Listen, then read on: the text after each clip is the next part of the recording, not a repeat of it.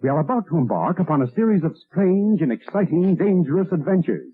Adventures that will lead us to all parts of the world. Hello and welcome to another Bad Comic Review. This time we're looking at Detective Comics, issue 1030. This was written by Peter J. Tomasi, art by Bilquis Evely, colors by Mat Lopes, Rob Leigh letterer, cover by Bilquis Evely and Mat Lopes. Associate editor was Dave Wagos, editor Paul Kaminsky, Ben Abernathy, group editor. I like the cover, it's pretty well done. It shows the mirror and Batman facing off, but that doesn't happen in this issue. Instead, we start off with Officer Nakano, who's running for mayor, having nightmares about losing his eye, and he's blaming Batman and the villains for this. Batman, for his part, is trying to get across the city while thinking about how Damian's an annoying little jerk. And Damian is, of course, angry all the time and impulsive with lots and lots of anger issues. I hate that character, so it doesn't really matter. But he ends up at a meeting with other members of the Bat family, and they relate how vigilantes have been coming after them. But it turns out nobody called this meeting, and they quickly figure that out as they are attacked by the Mirror and some of his gang. So somebody has hacked their comlink frequency and they have to escape. There's a backup story of sorts where Damian is going through some old case files that looks like somebody targeted Bruce Wayne for various attacks, but all were unsuccessful. And Damian has a suspect, and that's going to lead into next issue. Overall, the story's fine. I thought it was pretty decent. It's not a complete story in of itself. It's an